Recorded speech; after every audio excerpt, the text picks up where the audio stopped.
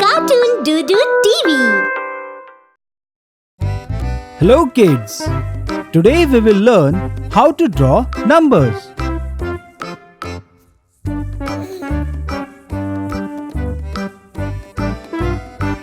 A curved line, another curved line to complete the circle, it's 0. One slant line, one vertical line, it's 1.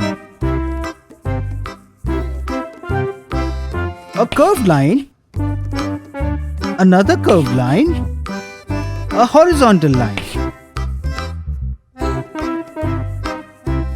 It's 2. A horizontal line, a slanting line, then a curved line. It's 3. One slanting line, a horizontal line, a straight line from the middle. It's 4. A horizontal line, a vertical line and a curved line. It's 5. A curved line and complete the curved circle. It's 6. A horizontal line and a slanting line. It's 7.